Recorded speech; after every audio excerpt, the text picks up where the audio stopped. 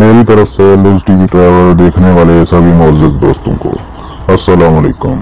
दोस्तों, आज हम आपको सैर करवाने वाले हैं वफाकी मलेशिया की सल्तनत और आइनी रियासत तेलंगाना की, जो रकबे के लिहाज से अमेरिकी रियासत टेक्सास के बराबर है। इस रियासत को इसकी अरबी एजाज दारुल अमन यानी अकीदा का घर के नाम से भी जाना जाता है। कुआला तेलंगाना यहाँ का साहली शहर और दरिया तेलंगाना के दहाने पर वाक़या है। यही शहर रियासत का शाही दारुल हुकूमत और साथ ही तेलंगाना का सबसे बड़ा शहर है।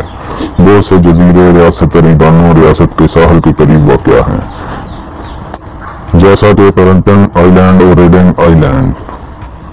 दोस्तों, अगर आपने अभी तक YouTube पर मौजूद हमारा चैनल लुज़ टीवी ट्रैवल सब्सक्राइब नहीं किया होगा तो जल्दी से चैनल को सब्सक्राइब कर लें और साथ मौजूद बेल आइकन पर प्रेस कर दें ताकि तमाम मालूमाती वीडियोज़ के नोटिफिकेशन आपको बर वक्त मिलते रहें।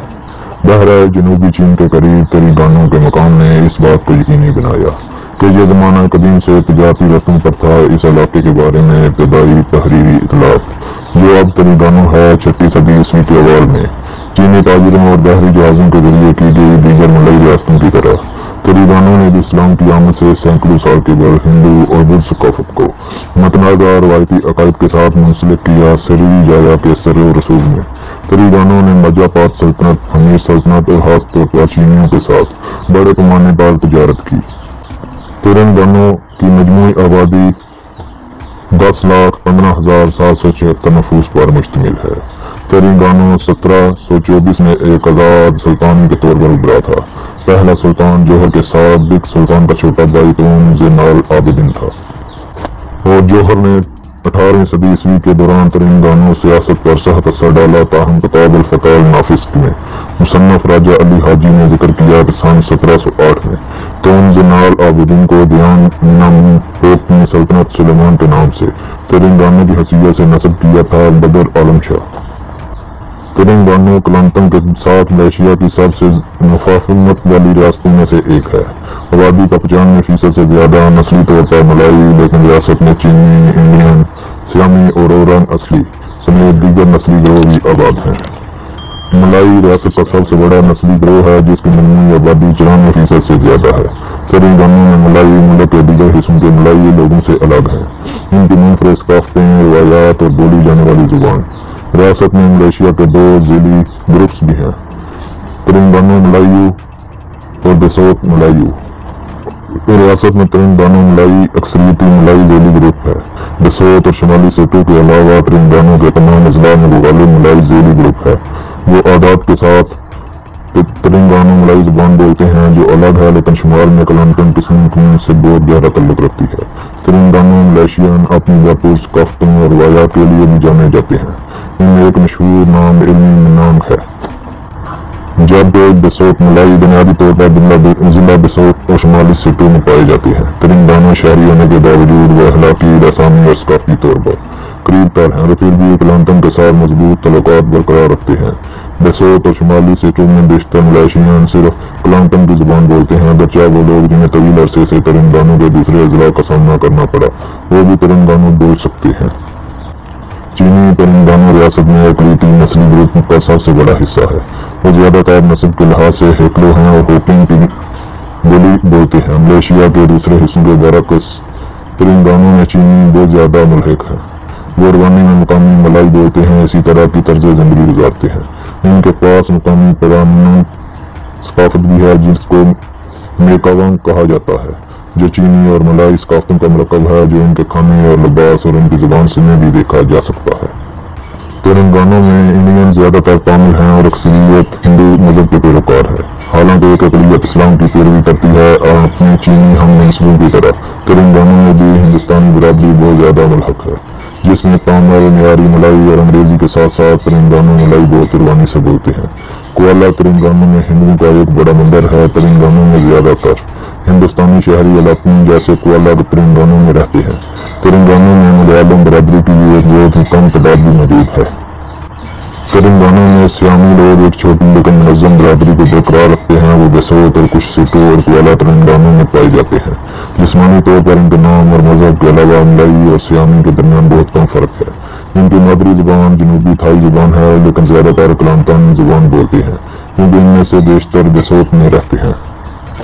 اورنگ اصلی جزیرہ نما ملیشیا کے دیسی باشندے ہیں۔ تلنگانہ میں اورنگ اصلی کے دو نسلی گروپ ہیں۔ سمات بیز جھیل یا ضلع کے دیگر حصوں کے قریب رہتے ہیں۔ ان کا تعلق سونوئی گروپ سے ہے۔ سمات بیز کے علاوہ باقی لوگ بھی موجود ہیں۔ ایک سنگین نسلی گروہ زیادہ تر تلنگانہ کے اندرونی حصوں میں، خاص طور پر تمل ناڈو کے علاقے یا تلنگانہ کے دیگر حصوں میں پائے جاتے ہیں۔ سمات بیز بیٹکس اب بھی اپنا نیم خانہ بدوش طرز زندگی برقرار رکھتے ہیں، حالانکہ اب کچھ مستقل گھروں میں رہتے ہیں۔ تلنگانہ کے لوگ عام طور پر کوسٹل تلنگانہ ملائی بولتے ہیں، جو معیاری ملائی اور کلانتم پتانی ملائی سے ممتاز ہے۔ چینی تلنگانہ بنیادی طور پر ہیکلو کے لوگ ہیں۔ اس طرح زیادہ تر ہیکون اپنی پہلی زبان کے طور پر بولتے ہیں، حالانکہ میڈارم کے متعدد بولنے والوں کی تعداد بھی بڑھ رہی ہے۔ تلنگانہ میں ہندوستانی، زیادہ تر ملیشین تامل زبان بولتے ہیں۔ یہاں اورنگ اصلی زبانیں بھی ہیں، جیسے بیٹک اور سینک بیری تلنگانہ کے اندرونی حصوں میں بولی جاتی ہیں۔ تلنگانہ میں مذاہب کی بات کریں تو یہاں اسلام 96.9% ہے، جبکہ بدھ مت 2.5%، ہندو مت 0.2%، عیسائیت 0.2%، نامعلوم یعنی کہ جن کا کوئی مذہب نہیں 0.1%، چینی نسلی مذہب 0.1% ہے۔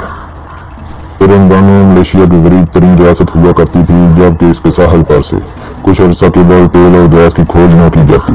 تلنگانہ کی آب اہم صنعت پیٹرولیم اور گیس ہے۔ پاکا اور کیرتھے کے قریب پیٹرو کیمیکل کمپلیکس بہت سے ہیں، جن میں Malaysian national petroleum company, Petronas اور غیر ملکی ملٹی نیشنل کمپنی کے درمیان بہت سے مشترکہ منصوبے شامل ہیں۔ ایک طویل ساحل رہنما ریاست تلنگانہ میں سیاحت اور ماہی گیری میں بڑی صنعتیں ہیں۔ کیلے، ربڑ، ڈورین، تربوز اور دیگر بہت سے پھل اور سبزیاں جو موسم میں دستیاب ہیں۔ زراعت بھی اہم ہے۔ تلنگانہ روایتی طور پر کشتی سازی کے لیے مشہور تھا۔ لکڑی کی انتہائی سجاوٹ والی کشتیاں، جنہیں بمباؤ کہا جاتا ہے، ان دنوں میں ہر قوم اور قصبے کے بندرگاہ میں پائی جاتی تھی۔ اس سے پہلے کے برقی موٹر بوٹ ریاست کے ماہی گیروں کے لیے معیاری ساز و سامان بن گئی ہے۔ یہاں سب سے مشہور مقامی کھانا کروپو لیکور ہے، جو بنیادی طور پر آٹے، سابودانہ اور گوئے مچھلی کے مرکب سے تیار کیا جاتا ہے۔ خاص طور پر میکریل اور سارڈیز سے تلی ہوئی ہوتی ہے۔ گرم مرچ کی چٹنی کے ساتھ سپیر کی چائے میں پیش کی جاتی ہے۔ کروپو کے دودھ سے خشک ٹکڑوں سے بنی ہے۔ کروپو لیکور کو مقامی مرچ کی چٹنی کے ساتھ بہترین طور پر کھایا جاتا ہے، جو خشک مرچ، املی، چینی اور سرکہ سے بنی ہوتی ہے۔ تلنگانہ میں 3 اہم ایئرپورٹ واقع ہیں، جن میں 2 عوام کے لیے کھلے ہیں۔ سلطان محمود ایئرپورٹ گول بٹک والا میروس میں واقع ہے۔ یہ ریاست کا مرکزی ہوائی اڈہ ہے اور وہ تلنگانہ اور وہاں سے بائی کا مرکزی گیٹ وے کا کام کرتا ہے۔ دوسرا ریپبلک ایئرپورٹ ریڈنگ ایئرپورٹ ہے، جو ریڈنگ جزیرے کا تلنگانہ کے ساحل سے دور واقع ہے۔ پیارے دوستو، یہ تھی تلنگانہ کے متعلق کچھ دلچسپ معلومات، جو یقیناً آپ لوگوں کو پسند آئی ہوگی۔ چینل کو سبسکرائب کرتے ہوئے لائک کریں اور کمنٹ باکس میں اپنی رائے سے ضرور آگاہ کریں۔ ایک نئی ویڈیو کے ساتھ دوبارہ حاضر ہوں گے انشاءاللہ۔ تب تک کے لیے ہمیں دیں اجازت۔ اللہ نگہبان۔